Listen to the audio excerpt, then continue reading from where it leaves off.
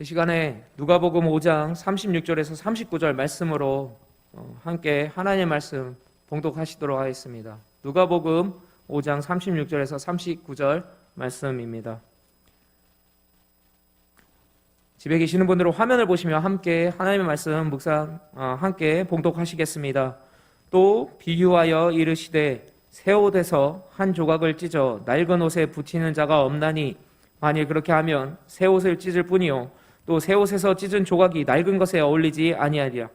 새 포도주를 낡은 부대에 넣는 자가 없나니 만일 그렇게 하면 새 포도주가 부대를 터뜨려 포도주가 쏟아지고 부대도 못 쓰게 되리라.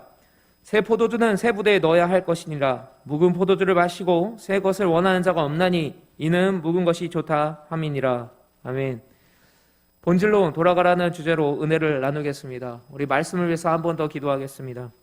하나님, 부족한 종, 연약한 종이 이 자리에 섰습니다. 성령 보내주셔서 오직 성령의 말씀만 전하게 해주십시오. 아버지 하나님, 듣는 모든 이에게도 성령을 보내주셔서 말씀에 아멘으로 화답하며 변화되는 시간 되게 하여 주십시오. 모든 시간 주님께 의탁드립니다. 주님께서 주장하여 주십시오. 이 모든 말씀 살아계신 주 예수 그리스도의 이름으로 기도드립니다. 오늘 본문은 모두 비유입니다. 예수님께서 비유를 들어서 무언가를 설명하시는 데에는 두 가지 이유가 있습니다. 그 첫 번째 이유는 교제적인 역할입니다. 그 사람과 사람이 사귀는 그 교제가 아니라 뭔가를 배울 때 필요한 도움이 되는 그 교제를 말합니다. 우리가 쉽게 이해할 수 있게 예수님께서 비유를 들어주신 겁니다. 또 다른 하나는 보호의 의미가 있습니다. 우리가 모르시도록 알면 안 되는 부분을 가려주시는 역할을 하기 위해 비유를 사용하신다는 겁니다. 이 완전히 상반된 이유를 가지고 있지만 저는 아이들을 가르치면서 예수님이 이 두 가지 방법을 사용하신 이유를 깨달을 수 있었습니다. 아이들을 가르치다 보면 예화라는 게 반드시 필요합니다. 이야기를 들려주고 그 이야기에 대해서 교훈을 찾고 교육하는 그 방법이 바로 예화인데요. 얼마 전에 저는 중고등부 설교할 때도 하나님은 차별이 없으시고 공평하신 사랑을 가지신 그런 하나님을 설교하면서 이솝 우화에 나오는 여우와 두루미 이야기를 가지고 설교를 했었습니다. 이 차별금지법을 반대하는 교회의 이유를 설명하면서 배려가 있어야 한다는 부분을 더 쉽게 설명하기 위해서 그 동화를 예화로 저는 사용했습니다. 그런데 더 어린 아이들을 만약에 가르칠 때 내용을 전부 다 이해해서는 안 되는 경우도 분명히 있습니다. 성경의 예를 들자면 다윗과 이 밧세바 사건이 그 예가 되겠죠. 이거를 너무 디테일하게 아이들에게 설명한다면 아이들은 문화 충격을 받을 수밖에 없습니다. 그렇기 때문에 더 이상 자세한 설명은 생략한다, 이렇게 이야기를 할 수밖에 없는 상황이 종종 생깁니다. 이럴 때에도 비유라는 것은 사실 좋은 방법이 되곤 합니다. 저희 아이들이 가장 좋아하는 애니메이션이 있습니다. 바로 베지테일스라는 야채극장이라고 EBS에서도 방영이 됐었습니다. 참 괜찮은 애니메이션입니다. 이게 성경의 내용을 코믹하게 이 야채들이 나와서 설명을 해주고 상황극을 하는 그런 애니메이션입니다.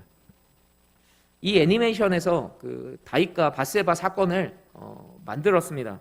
목욕과 오리 인형을 매우 좋아하는 오이 대왕, 우리가 먹는 그 오이 왕입니다. 다른 집을 엿보다가 꼬마 아스파라거스가 목욕을 하면서 가지고 놀던 작은 오리 인형이 갖고 싶어서 욕심을 부리다 결국은 자기 궁전으로 그 오리 인형을 뺏어온다는 내용으로 이 다윗과 밧세바의 간음과 살인 사건을 비유적으로 그려냈습니다.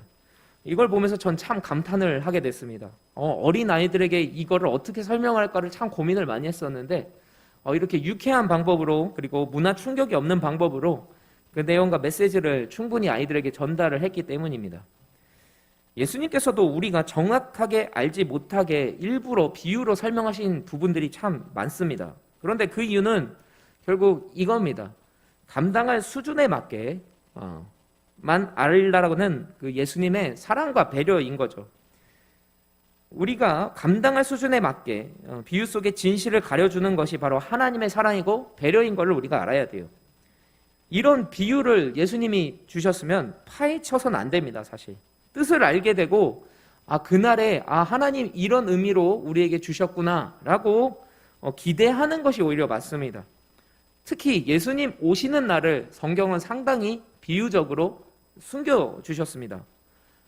그걸 알아내려 하는 사람 참 어리석은 사람입니다. 성경에도 내가 오는 때는 아무도 모른다고 했는데 굳이 그걸 알아내려는 사람들이 있습니다. 예수님이 비유로만 말씀하시는 데는 이유가 있는 거예요. 알지 않아야 은혜가 되는 부분은 가려주신다는 겁니다. 제가 이 설교를 준비하면서도 이해가 됐던 게 정말 예수님 때문에 순교하고 오랜 시간 고통을 받아야 되는 사람들에게 나는 몇천 년 후에 다시 올 거다라는 얘기는 그들을 낙담시킬 이야기이기 때문에 언젠간 온다. 그냥 그렇게만 말씀을 하셨다라는 것을 깨닫게 됐기 때문입니다. 오늘 본문 말씀으로 돌아가겠습니다. 오늘 본문에서 예수님은 비유를 통해서 우리에게 말씀을 쉽게 설명해 주고 계십니다. 바로 교제적인 목적으로 비유가 사용된 거죠. 이 비유의 말씀을 이해하기 위해서는 앞에 나왔던 구절들을 통해서 어떤 사건이 있는지를 우리가 읽어봐야 합니다. 두 가지의 사건이 있었습니다. 조금 길더라도 이 시간에 함께 읽어보겠습니다. 바리새인과 그들의 서기관들이 그 제자들을 비방하여 이르되 너희가 어찌하여 세리와 죄인과 함께 먹고 마시느냐? 예수께서 대답하여 이르시되 건강한 자에게는 의사가 쓸데없고 병든 자에게라 쓸데있나니 내가 의인을 불러온 것이 아니요 죄인을 불러 회개시키러 왔노라. 그들이 예수께 말하되 요한의 제자는 자주 금식하며 기도하고 바리새인의 제자들도 또한 그리하되 당신의 제자들은 먹고 마시나이다. 예수께서 그들에게 이르시되 혼인집 손님들이 신랑과 함께 있을 때에 너희가 그 손님으로 금식하게 할 수 있느냐? 그러나 그날에 이르러 그들이 신랑을 빼앗기리니 그날에는 금식할 것이니라. 오늘 본문이 있기 전에 있었던 사건들이었습니다. 오늘 본문의 비유는 예수님께서 자신의 행동, 즉 죄인들과 먹고 마시셨고 제자들에게는 금식 기도를 시키지 않으셨다는 그 이유를 자세하게 설명하기 위해서 오늘에 나오는 그 옷감과 술부대의 비유를 사용하셨다는 걸 알 수 있습니다. 예수님의 앞선 행동들과 이 비유의 말씀을 비교할 때 정확한 예수님의 메시지를 우리는 깨닫게 되는 것입니다. 종종 새술은 새부대에 넣으라는 이런 비유는 고정관념을 깨버리고 관습을 버려라 라는 말로 조금 오해가 됩니다. 새로운 방식에 이제 우리는 참여해야 된다 이런 말씀으로 오해되는데요. 그러나 오늘의 비유, 율법과 금식의 기본으로 돌아가라는 바로 본질로 돌아가라는 예수님의 말씀입니다. 새 옷을 찢어서 낡은 옷에 붙인다면 붙이지 말라고 하시는 이유는 새 옷도 허무하게 버려버리게 되는 거고 헌 옷 또한 바르게 수선이 안 된다는 거예요. 바르게 수선을 하라는 말씀이에요. 새 포도주를 새 부대에 넣으라는 말씀은 새 포도주가 발효될 때 헌 부대가 더 이상 팽창하지 못해서 터져버리기 때문에 포도주와 부대 전부 못 쓰게 되는 그런 어리석은 일을 하지 말라는 겁니다. 이 말씀은 새 것은 좋고 낡은 건 나쁘다 이런 말이 절대 아닙니다. 새 술과 헌 부대 둘 다 살리라는 말씀입니다. 예수님의 행동이 그 당시 율법학자와 바리새파에게는 조금 파격적 행보로 보일 수는 있었습니다. 마치 율법을 어기시는 것처럼 오해를 받으실 수도 있었습니다. 그러나 예수님은 우리가 잊어버린 율법의 본질을 세우려 이 땅에 오셨습니다. 하나님 사랑, 이웃 사랑, 이 율법의 본질에 집중할 때 율법은 결국 완성됩니다. 죄인들과 음식을 나누는 것, 그들의 회복을 소망하는 이웃 사랑의 실천이셨습니다. 금식을 시키지 않은 이유는 무엇이었습니까? 금식은 남에게 자신의 신앙을 알리고 자랑하기 위함이 아닙니다. 내가 더 홀리해. 이거 아닙니다. 그리고 원어의 뜻처럼 땅의 것이 아닌 하늘의 것을 잡는 것을 예수님은 다시 한번 상기시켜 주신 겁니다. 우리 청년들과 나눠 썼는데 원어를 조금 설명드리자면 네스티오가 바로 헬라어로 금식입니다. 그런데 이 헬라어는 아날 람바노에서 왔는데요. 위에 한가운데 중앙에 다시라는 뜻을 가진 전치사 아나에다가 취하다, 능동적인 의미로 잡다라는 뜻을 가진 람바노의 합성어입니다. 우리가 살다 보면 신앙이 흔들리고 믿음이 연약해질 때가 분명히 종종 발생합니다. 그럴 때마다 우리는 신앙의 본질로 돌아가야 합니다. 우리의 신앙이 흔들리고 믿음이 연약해진다는 건 그때 상황을 보면 우리가 본질에서 벗어날 때 신앙이 흔들리고 연약해진다는 걸 알 수 있습니다. 본질을 잊어버린 채 모양에만 집중할 때 우리는 자연스럽게 신앙이 흔들릴 수밖에 없습니다.